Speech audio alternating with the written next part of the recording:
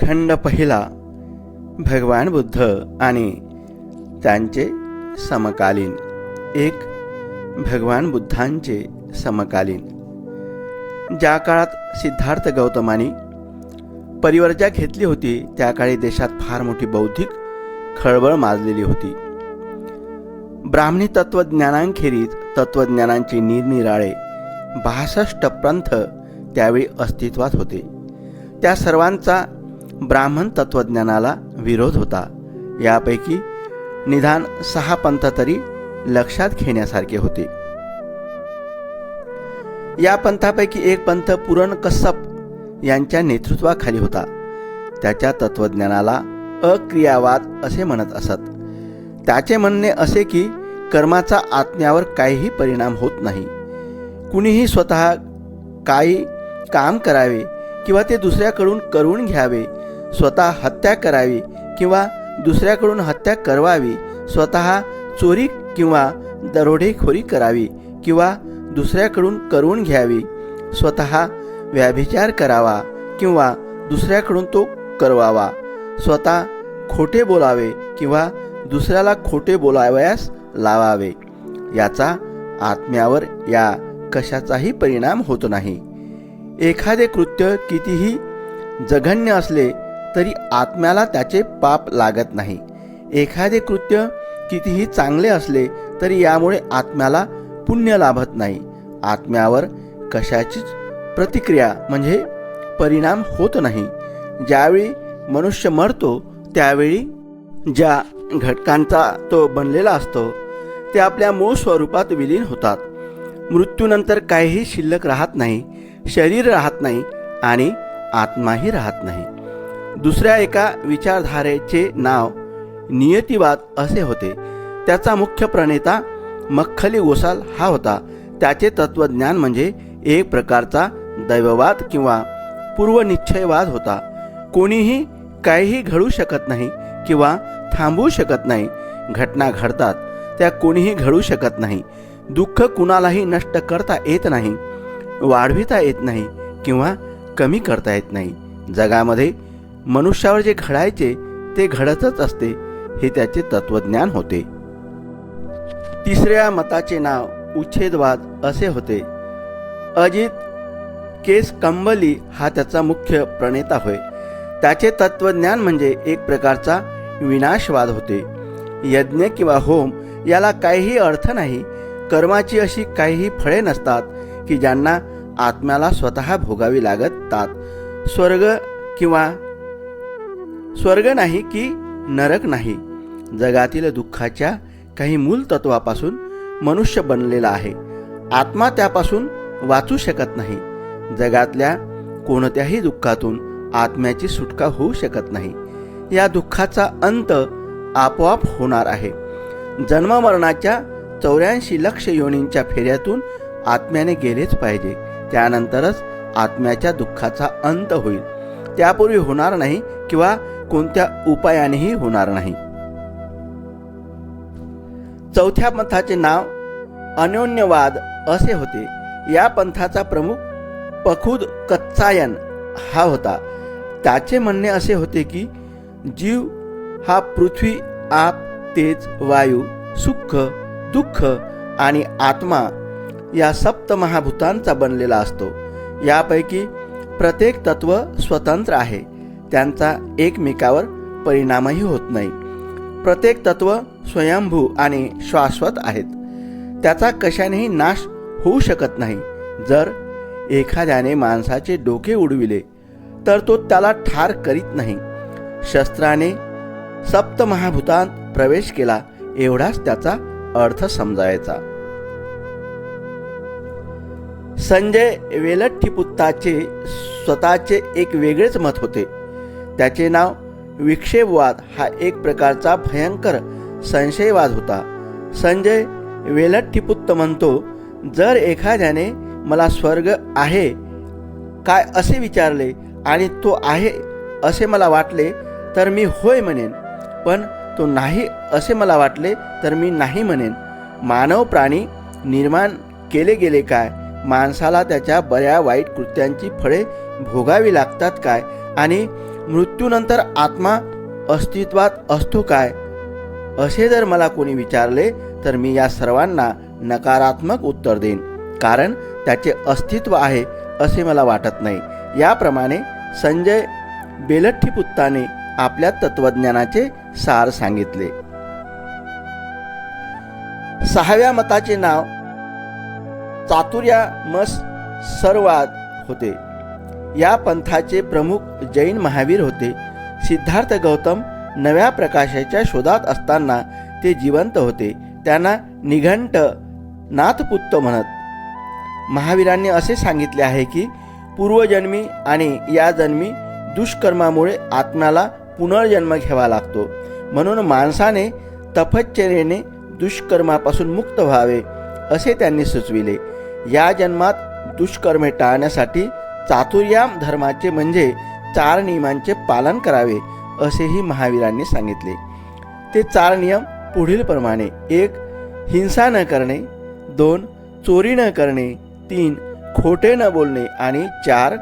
मालमत्तेचा संग्रह न करणे आणि संन्यासी जीवन जगणे. 2. समकालीनाविषयी बुद्धाची मान्यता. या नव्या तत्ववेत्यांची शिकवण भगवान बुद्धांनी स्वीकारली नाही.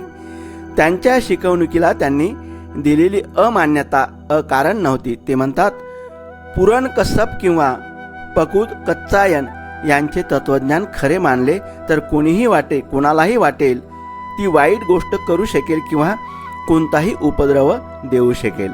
एखादा मनुष्य जर कोणतीही सामाजिक जबाबदारी न स्वीकारता किंवा सामाजिक परिणाम न भोगता दुसऱ्याची हत्या करण्याइतकी मजल मारू शकेल.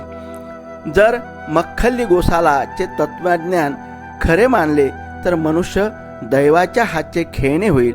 तो स्वतःला बंधनमुक्त करू शकणार नाही. अजित केसकंबलीचे तत्वज्ञान खरे मानले तर मनुष्य फक्त खाणे पिणे व मजा मारणे एवढाच गोष्टी करू शकेल. संजय वेलठ्ठीपुत्ताचे ते तत्वज्ञान खरे मानले तर पाण्यावर तरंगत राहिल्याप्रमाणे माणसाला निरुद्देश जीवन जगावे लागेल. निघंटनाट्यपुत्ताचे तत्वज्ञान खरे मानले तर माणसाला आपले जीवन संन्यास व तपश्चर्या यांनाच व्हावे लागेल आणि मग त्याच्या सगळ्या सहज प्रवृत्ती व कामनांचा बिमोड होईल. याप्रमाणे त्यावेळच्या तत्वज्ञानांनी सुचविलेला कोणताही जीवनमार्ग भगवान बुद्धांना पटला नाही. हताश, असहाय्य आणि अविचारी माणसाचे हे विचार आहेत असेच त्यांना वाटले. म्हणून त्यांनी या बाबतीत अन्यत्र प्रकाशाचा शोध घेण्याचे ठरविले. साम्य आणि भेद. 1. त्या गोष्टी ज्यांना भगवान बुद्धांनी सर्वथा ताज्य ठरविल्या. या तात्विक आणि धार्मिक विचारसरणीच्या अवलोकनावरून असे दिसते की बुद्धांनी ज्यावेळी आपल्या शासनाचा म्हणजेच धम्माचा पाया रचला त्यावेळी काही रूढ कल्पनांनी लोकांच्या मनाची घट्ट पकड घेतली होती. त्या कल्पना अशा: 1. वेद प्रामाण्यावर विश्वास. 2. आत्म्याचा मोक्ष यावर विश्वास म्हणजेच त्याचा पुनर्जन्म होणार नाही यावर विश्वास. 3. मोक्षप्राप्तीची साधने या दृष्टीने धार्मिक विधी, समारंभ व यज्ञ यावर विश्वास. 4. समाज संघटनेसाठी चातुर्वर्ण्य व्यवस्थेच्या आदर्शावर विश्वास. 5. विश्वाचा निर्माता म्हणून ईश्वरावर आणि विश्वाचे मूलाधार तत्व म्हणून ब्रह्मावर विश्वास. 6. आत्म्यावर विश्वास. 7. संसरण किंवा आत्म्याचा पुनर्जन्म यावर विश्वास. 8. कर्मावर विश्वास म्हणजेच या जन्मी माणसाची जी काही परिस्थिती आहे ती पुनर्जन्मीच्या कृत्यामुळे आहे या तत्वावर विश्वास. आपल्या शासनाची तत्वे ठरविताना भगवान बुद्धांनी आपल्या पद्धतीने या जुनाट कल्पनांचा समाचार घेतला. पुढील कल्पनांना त्यांनी ताज्य ठरविल्या. 1. मी कोण आहे, कोठून आलो, कोठे जाणार याविषयी संकल्प विकल्पाच्या कल्पना करीत बसण्याच्या मानसिकतेचा त्यांनी धिक्कार केला. 2. त्यांनी आत्म्याचे थोतांड धुडकावून लावले. त्यांनी आत्म्याला ना शरीर मानले, ना संवेदना मानल्या, ना चेतना आणि ना विज्ञान यापैकी कशालाही आत्मा मानण्याच्या कल्पनेचा त्यांनी त्याग केला. 3. त्यांनी काही धर्मगुरूंनी ज्याचा प्रसार केला होता अशी उच्छेदवादी मते ताज्य ठरविली. 4. त्यांनी पाखंडी मताचा धिक्कार केला. 5. त्यांनी विश्वाच्या विकासाचा प्रारंभ काळ सांगता येणे यास ज्ञान म्हणावे हे मत अमान्य केले. 6. त्यांनी देवाने माणसाला निर्माण केले किंवा ब्रह्म नावाच्या कोण्या एकाच्या शरीरातून त्याचा जन्म झाला हे म्हणणे ताज्य ठरविले. 7. त्यांनी आत्म्याच्या अस्तित्वाकडे दुर्लक्ष केले आणि त्यास सर्वतः नाकारले. 2. त्या गोष्टी ज्यात भगवान बुद्धाने बदल केले. त्यांनी कार्यकारण भावाचा अत्यंत महत्त्वाचा नियम आणि त्याच्या उपसिद्धांतांना प्रतीत्य समुत्पादाच्या स्वरूपात मान्य केले. त्यांनी जीवनाच्या निराशावादी दृष्टिकोनाचे खंडन केले. त्याचप्रमाणे त्यांनी मनुष्य व जग यांचे भवितव्य देवानेच पूर्वनियोजित केले आहे हा तितकाच मूर्खपणाचा दृष्टिकोन ताज्य ठरविला. एखाद्या पूर्वजन्मी केलेल्या कृत्यात या जन्मासाठी दुःख निर्माण करण्याचे सामर्थ्य आहे यास त्यांनी अमान्य केले आणि त्यांनी पूर्वजन्मातील कर्म असल्यामुळे या जन्माच्या कर्मांना ती परिणाम शून्य करतात हे म्हणणे अमान्य केले. कर्माचा दैववादी दृष्टिकोन त्यांनी नाकारला. जुन्या कर्मवादाच्या ठिकाणी त्यांनी अधिक शास्त्रीय दृष्टिकोन स्वीकारला आणि त्यांनी परंपरागत कर्मसिद्धांतांची नव्या पद्धतीने मांडणी केली. त्यांनी आत्म्याचा फेरा या संसरणाच्या तत्वाच्या जागी पुनर्जन्माच्या नवीन सिद्धांताला स्थान दिले. त्यांनी आत्म्याची मुक्ती किंवा मोक्ष या तत्वाऐवजी नवीन निब्बाण म्हणजेच निर्वाण या तत्वाची स्थापना केली. याप्रमाणे बुद्ध शासन हे संपूर्ण नव्या मौलिक विचारांनी भरले आहे. त्यात जे काही थोडेफार जुने आहे त्यात फेरबदल केलेला आहे किंवा त्याची नवीन व्याख्या केलेली आहे. 3. त्या गोष्टी ज्यांना भगवान बुद्धाने स्वीकारले. भगवान बुद्धाच्या शिकवणीचे पहिले वैशिष्ट्य असे की सर्व गोष्टीचा मध्यबिंदू मन आहे हे त्यांनी मानले. मन सर्व वस्तूंच्या अग्रभागी असते. ते सर्व वस्तूवर प्रभाव टाकते व त्यांची निर्मिती करते. जर मनावर संयम करता आला तर सर्व गोष्टीवर म्हणजेच सर्व कृत्यावर नियंत्रण राहते. मन सर्व मानसिक क्रियांचे प्रधान असते. मन हेच प्रमुख आहे. मन हे त्या चैतन्य शक्तीचेच बनलेले असते. म्हणून सगळ्यात मुख्य गोष्ट म्हणजे मनाची साधना करणे होय. भगवान बुद्धांच्या शिकवणीचे दुसरे वैशिष्ट्य असे की सर्व बऱ्या वाईट गोष्टींचे मन हेच उगम स्थान आहे. ज्या आमच्या आत म्हणजेच मनात किंवा चित्तामध्ये उत्पन्न होतात व ज्यांचे बहिर्मुखी परिणाम आपल्यास भोगावे लागतात. जे जे वाईट आहे, ज्यांचा वाईटांशी संबंध आहे आणि जे वाईटाच्या अधीन आहे ते सर्व मनातच उत्पन्न होते. जे जे चांगले आहे, चांगल्याशी संबंधित आहे आणि त्याच्या अधीन आहे ते सर्व मनातच उत्पन्न होते.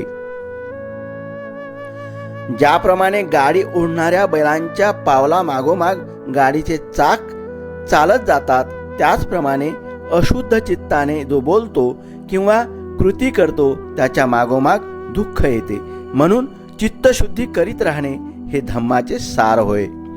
भगवान बुद्धांच्या शिकवणीचे तिसरे वैशिष्ट्य हे की पापकृत्य टाळावयास हवीत. त्यांच्या शिकवणीचे चौथे वैशिष्ट्य असे की खरा धम्म हा धम्मग्रंथात नसून धम्म तत्वाचे पालन करण्यात आहे. तेव्हा भगवान बुद्धांचा धम्म ही त्यांची स्वतःची निर्मिती नव्हती असे कोणी म्हणू शकेल काय?